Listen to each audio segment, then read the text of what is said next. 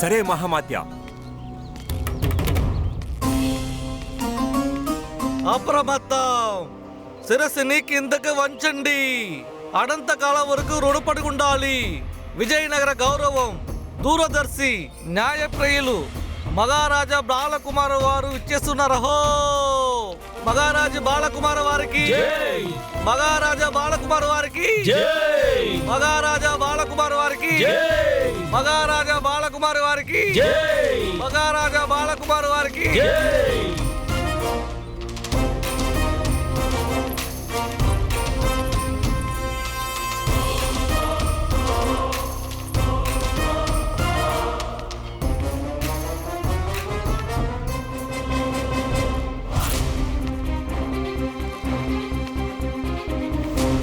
ఎక్కడున్నారు నాన్న?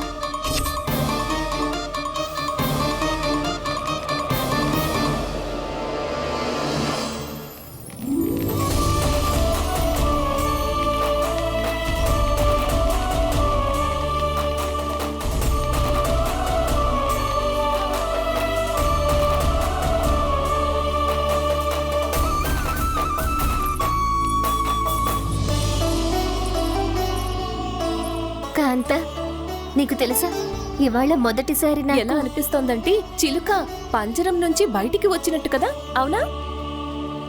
అరే, ఇదంతా ఏమీ కాదు, కుండ పగులుతుంది కదా, అసలు ఆనందం అప్పుడు వస్తుంది.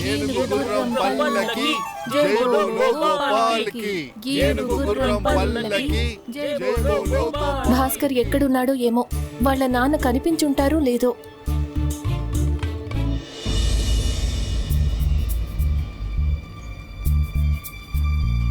కాంతా, కాంతా, ఏం ఆలోచిస్తున్నావు? ఏం లేదు, రా మనం కూర్చుందాం. కాంతా, కూర్చో.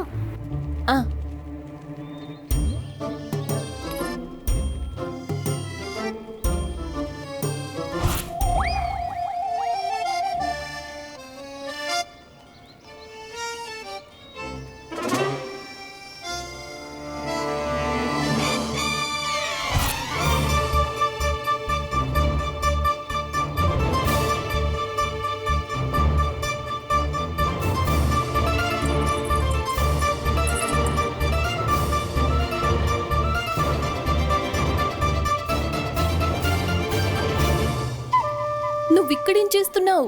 నా ప్రాణాలు రక్షించుకుంటున్నాను. ఇక్కడ ఆమ్రపాలి ఉంది మూర్ఖుడా, తనకెదురు పడితే ఏమవుతుందో తెలుసా? కాంతా, ఏమైంది? ఏం లేదు, పిల్లుంది అక్కడ. పిల్ల?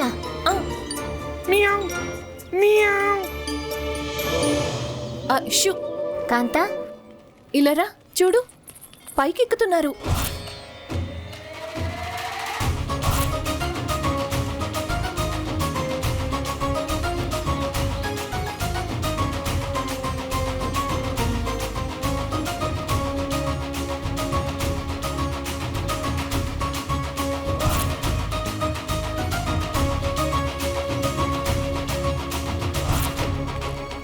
ఏ చిలక, ఈ చిలక మళ్ళీ ఎగిరిపోయింది. ఈసారి దొరికితే దాని రెక్కలు కత్తిరిస్తాను.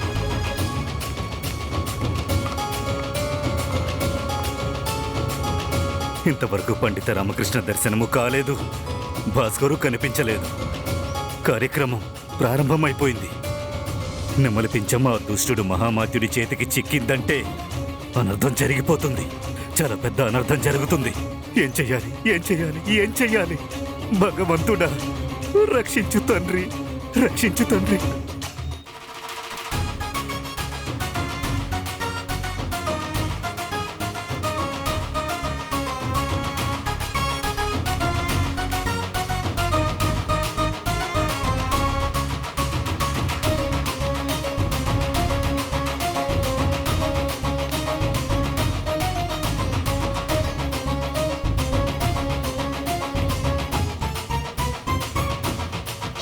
పైకి వెళ్ళాలనుకుంటున్నారా?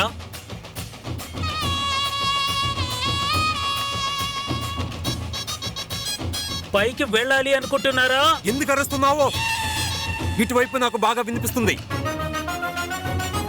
ఖడ్గాన్ని పట్టుకో. పైకి వెళ్తాను, తప్పక వెళ్తాను.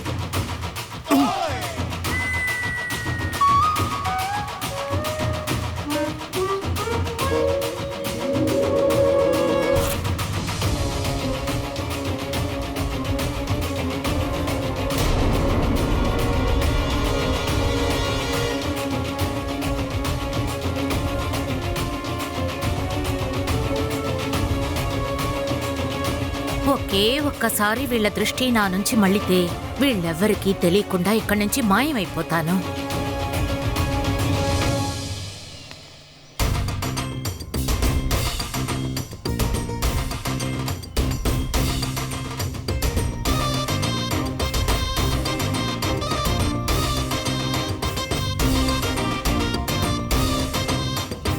కాంత, ఆ ఉట్టి ఎంతో అందంగా ఉంది కదా? ఆ, చాలా అందంగా ఉంది. భగవంతుడా, భాస్కర్ని రక్షించు.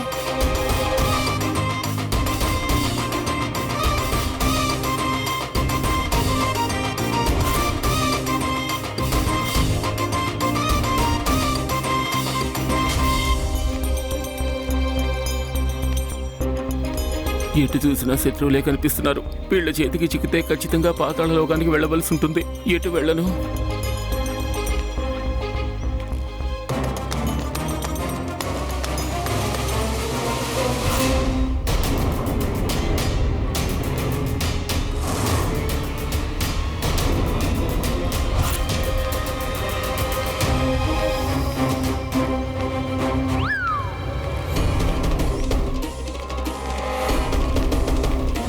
పైకి వెళ్ళడమే మంచిది.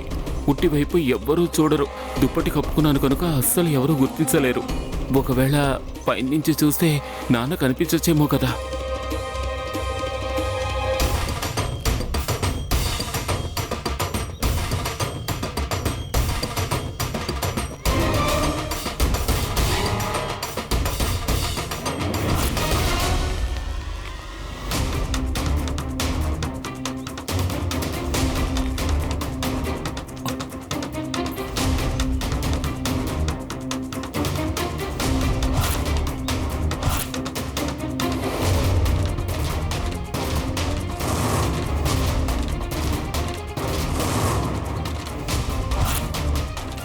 ఇవాళ నేను నెమలి పించాన్ని దక్కించుకుంటాను.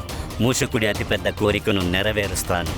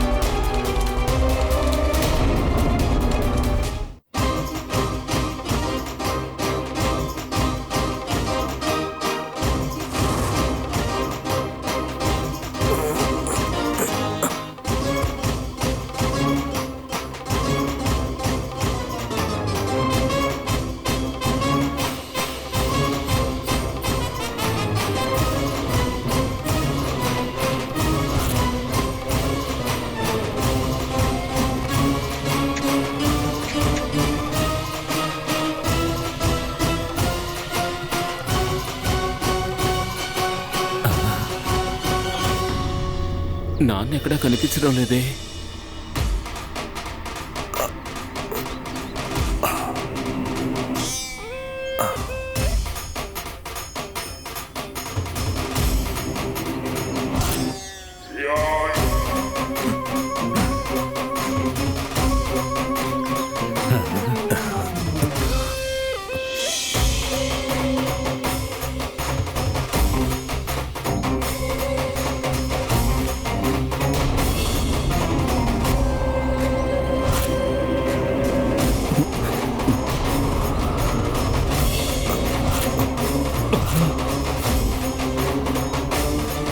నేను ఈ ఉట్టిని పగలగొడితే ఇందులో ఉన్న పాలు పెరుగు నా మొహం మీద పడతాయి.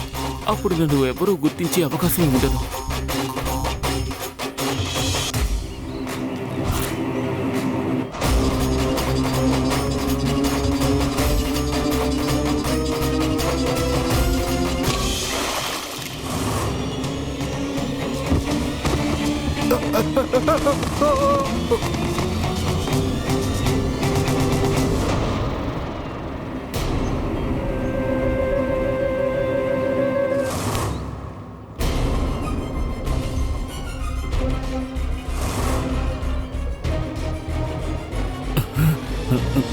అరే మూర్ఖులారా, నన్ను లేపండి, నన్ను పైకి లేపండి. వాడిని పట్టుకోండి. అయ్యో,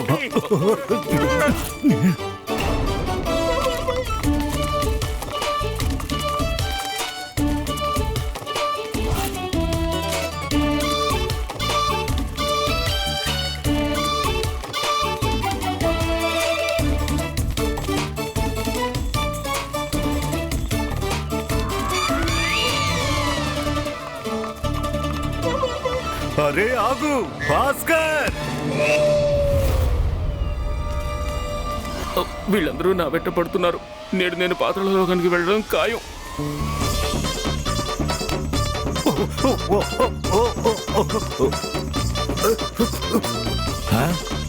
అరే అద్భుతం, అకల్పనీయం, అవిశ్వసనీయం. ఇవాళ నాకు అర్థమైంది, నేను పండిత రామకృష్ణ లేకపోయినా చాలా చెయ్యగలను అనేది.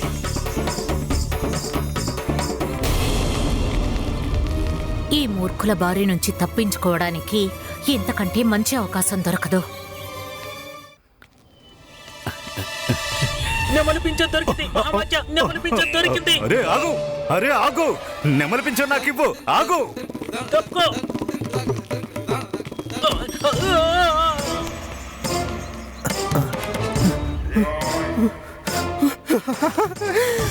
నెమలి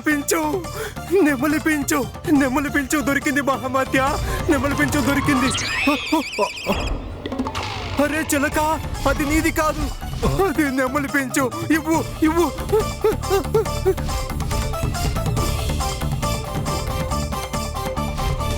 ఇవాల్టి విజేత నేను, ఇవాల్టి విజేత నేను.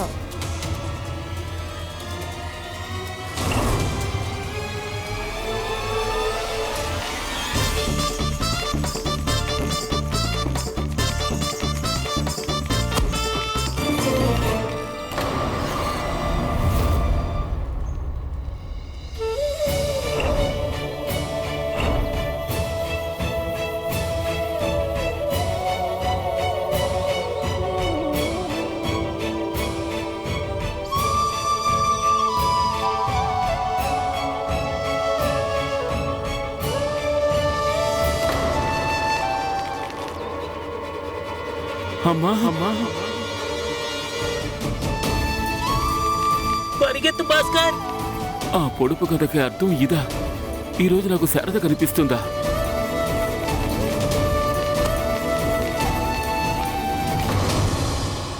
చాలు, పరుగు సమాప్తం.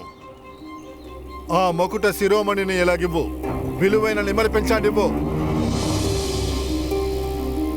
వినపడలేదా? మహామాతలు ఏమడిగారు? సమాధానం చెప్పు. నెమలి పించం ఎక్కడుంది? అమ్మా అమ్మా, సైనికులారా, అతన్ని వెతకండి.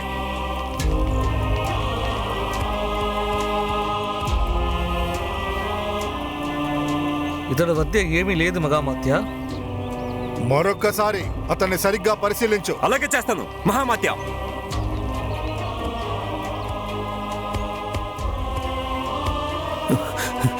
మహామాత్య, ఇతని దగ్గర నెమలి పించం లేదు. ముఖం తొడవండి.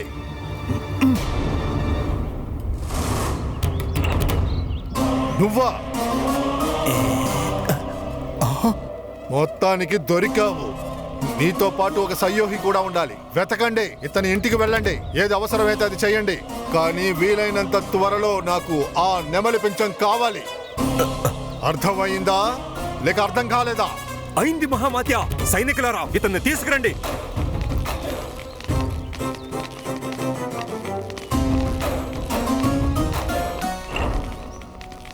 నేను దొంగతనం చేయలేదు, నేను దొంగని కాను. ప్రతి దొంగ ఇదే అంటాడు. ఇంటికెళ్తే అన్నీ గుర్తొస్తాయి. నెమలి పించాన్ని ఎక్కడ పెట్టావు?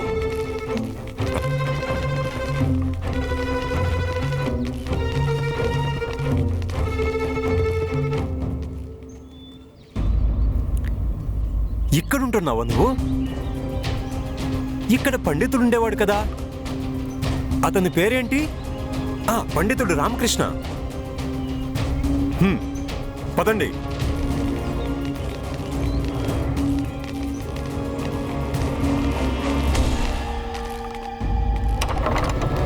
ఇతన్ని పట్టుకోండి, ఆ చిలుకను కూడా.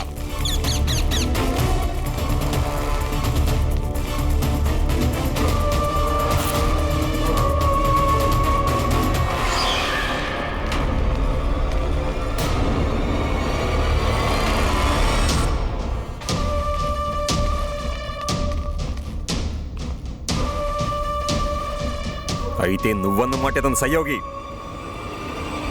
మర్యాదగా చెప్పు, నెమలి పించం ఎక్కడుంది? మాట్లాడేందుకు?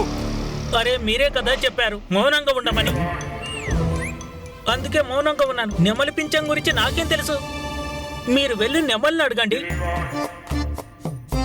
ఎక్కడ నెమలి ఉంటుందో అక్కడే పింఛం ఉంటుంది. లెస్స పలికితివి. వీళ్ళిద్దరి కంటే ఈ చిలకే విసిగిస్తుంది. ఖచ్చితంగా వీళ్ళని నెమలి పింఛం దొంగిలించారు. సైనికులారా, ఈ భవనాన్ని పూర్తిగా పరిశీలించండి.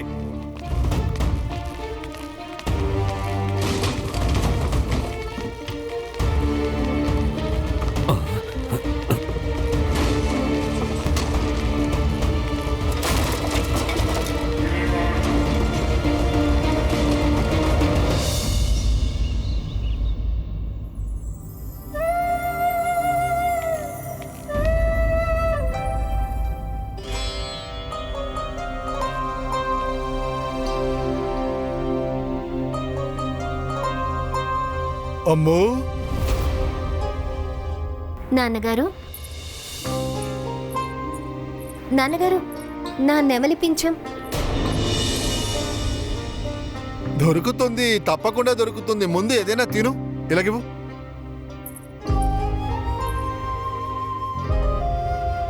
పుత్రి, నీకు నేను ఆ జన్మాష్టమిలోపు ఆ నెమలి పింఛాన్ని ఇవ్వలేకపోతే నువ్వు ఏమి తినవా?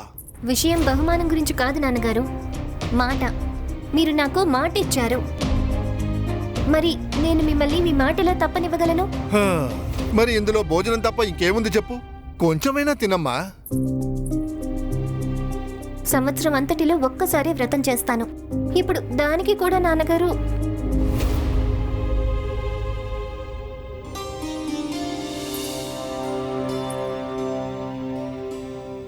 అయితే సరే, నేను మాటిస్తున్నాను. నువ్వు భోజనం చేసిన తరువాతే నేను భోజనం స్వీకరిస్తాను. ఇక నెమలి పింఛం గురించి అంటావా? అది తప్పక దొరుకుతుంది. అతి త్వరలో దొరుకుతుంది. అది నీకే దక్కుతుంది. నేను మాటిస్తున్నాను.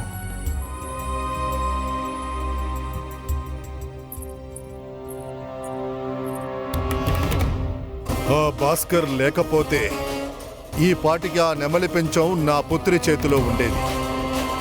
తనని నేను బ్రతకనివ్వను, చావనివ్వను కూడా.